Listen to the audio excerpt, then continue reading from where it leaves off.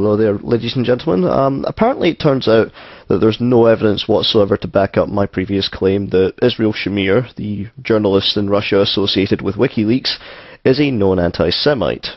Absolutely none whatsoever. In fact, all I've posted thus far has been purely gossip and hearsay. And I should know this because I got this on good authority from someone who knows an awful lot about posting purely gossip and hearsay as evidence for his arguments. I am, of course, referring to Skid Row Radio. So, seeing as how I'm incapable of posting any actual links, I thought I would take this opportunity to engage in some mental masturbation, as his good friend Nuclear Knight would call it, and read some more of the gossip and hearsay in an exercise in futility. Links, as useless as they will turn out to be, are in the description to the articles that I'm using, or where necessary to contact the publishers of said articles to try and obtain copies of the articles mentioned. I'd like to begin not by looking at the works of Israel Shamir, but the works of the same man under the name Robert David, in far-right publications Politica, the former newspaper Dien, which was shut down in 1993, or its successor Zavtra, all in the early 1990s. These are two publications that most respected journalists, not just in Russia but throughout the rest of the world, view as being right-wing and anti-Semitic. Under this pseudonym, Shamir wrote multiple pieces attacking the Nobel Peace Prize-winning human rights activist Andrei Sakharov, calling him a Zionist agent. He also claimed that Russian liberals were Zionists, how Zionists were the worst enemies of the Russian people, and equated Zionism with fascism and racism. He also claimed to be an Israeli living in Israel, as the papers did as well, but the simple fact was that he was a Russian-born Jew who was at that time living in Russia.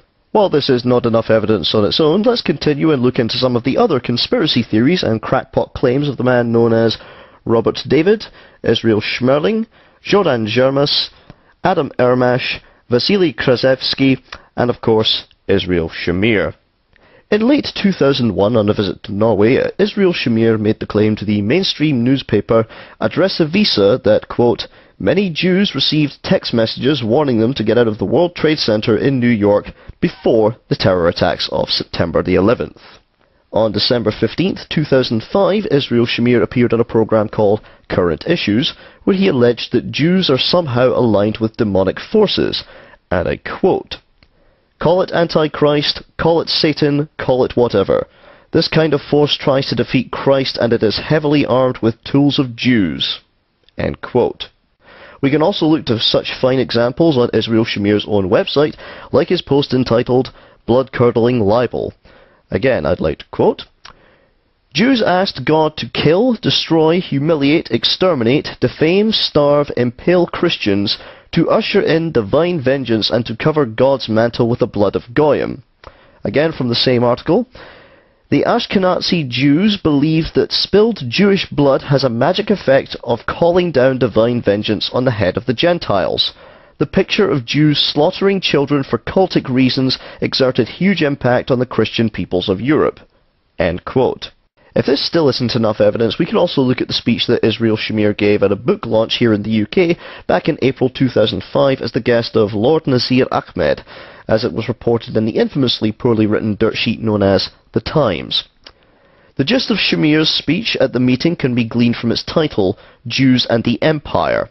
It included observations such as, all the political parties are Zionist infiltrated. Your newspapers belong to Zionists. Jews indeed own, control and edit a big share of mass media, this mainstay of imperial thinking. In the Middle East, we have just one reason for wars, terror and trouble, and that is Jewish supremacy drive. In Iraq, the US and its British dependency continue the same old fight for ensuring Jewish supremacy in the Middle East. The Jews like an empire. This love of empire explains the easiness Jews change their allegiance.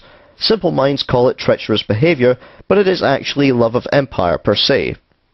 Now there is a large and thriving Muslim community in England. They are now on the side of freedom against the empire, and they are not afraid of enforcers of Judaic values, Jewish or Gentile. This community is very important in order to turn the tide. I guess that absolutely none of this shows that Israel Shamir is in any way an anti-Semite, and I should forget this argument altogether. And as for the claim that Julian Assange knew about this, well, we've got the leaked emails that were publicised by Private Eye and BBC's Panorama show that, curiously, Assange has never denied the authenticity of. Allow me, though, again to present the interview in Interfax by none other than Israel Shamir himself. Now, while I know the interview linked is in Russian, I took the time to have it translated, so allow me to quote a small portion of it if I may. You are known as the unique Russian-speaking accredited journalist at WikiLeaks, the authorized representative of the founder of the site, Julian Assange. It would be desirable to hear your opinion on what objectives are pursued with the site that he created, because now there are a lot of disputes around WikiLeaks. Now, Israel Shamir's response at this point was to talk about WikiLeaks and shining a light on transparency, etc. But the next part is the one that's most pertinent. And how did you become acquainted? He, Assange, contacted me somehow several years ago. He personally contacted you? He did. He's very inclined to show the initiative. Now, just in the interest of humouring Skid Row Radio, let's just say that the Private Eye/BBC leaked email was fake. Julian was warned about Israel Shamir's views a year earlier. Panorama has been leaked this. It's a WikiLeaks secret. On it, an email from Julian Assange. It reads as follows. Dear Israel/Adam, someone wrote saying they refuse to associate with an organisation that would work with an anti-semite like Israel Shamir. Julian goes on, from a brief sampling of your writing, I did not find the allegation borne out. I found these samples to be strong and compassionate. Julian went on to suggest a solution, that Shamir write for WikiLeaks under another name, and that's handy, because he's got a few of them. Given that Assange is apparently big on fact-checking, would he not think it might be a good idea to do some research into the history of journalists he plans to approach to leak these cables? And given that Israel Shamir's son is the official spokesman for WikiLeaks in Sweden, do you genuinely believe that Israel has only ever met with WikiLeaks staff twice since being approached by Assange, as they claimed in their statement? Or is it possible that he's only ever met Assange himself face-to-face on 2 occasions? I guess that not doing the proper research is something that Skid Row Radio sees as being perfectly acceptable by Julian Assange, as it's something that he fails to do himself.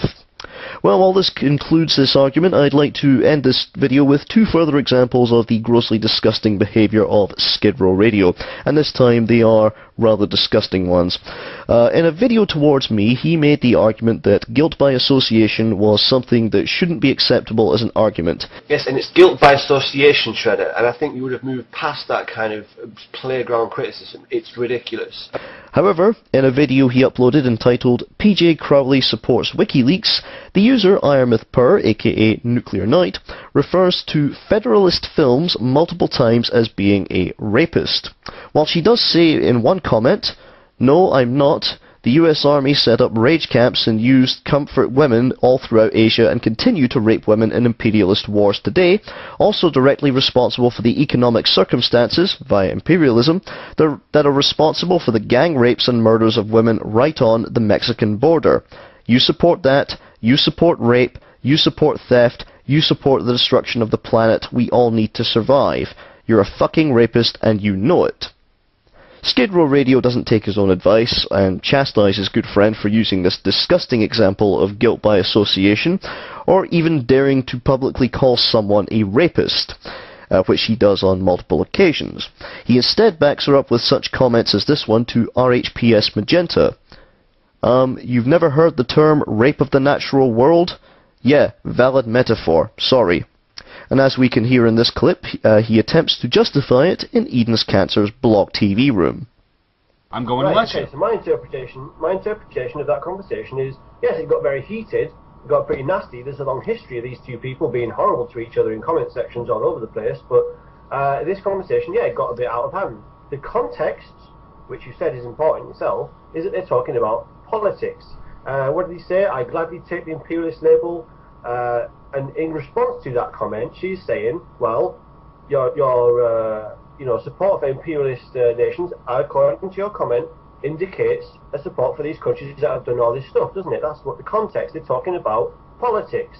she's not literally calling him an actual rapist. She throws around the word rapist.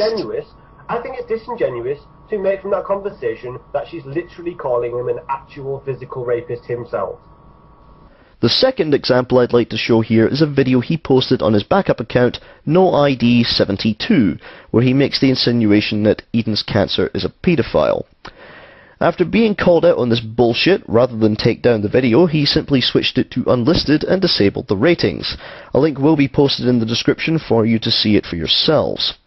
Skid Row Radio sent myself and several other users private messages saying that he cares about what other people think about him. Well, I do care what Landon thinks of me, believe it or not, and many other people as well.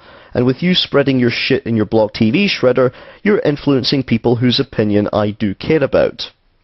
Well, after this little display of your true colours, including gross hypocrisy and character assassination from your end, including this exchange between yourself and D-Land and Cole on Blog TV, I'd like to say congratulations, Ooge. You've done more damage to your own reputation than I could with 100 videos about your bullshit. Peace out.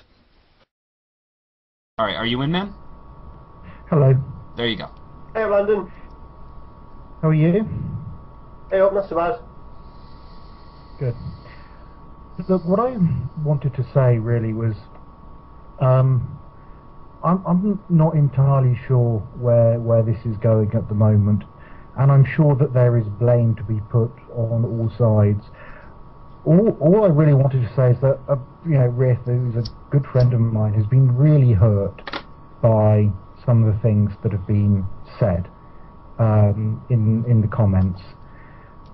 I don't think you can be expected to defend IMS Purr's comments, but you've come on, and I don't think you've given any recognition at all to the fact that something is being brought up which is a really big issue for Rith, and that it really has hurt him a lot. Okay, so talk about this. Hang on, let me finish.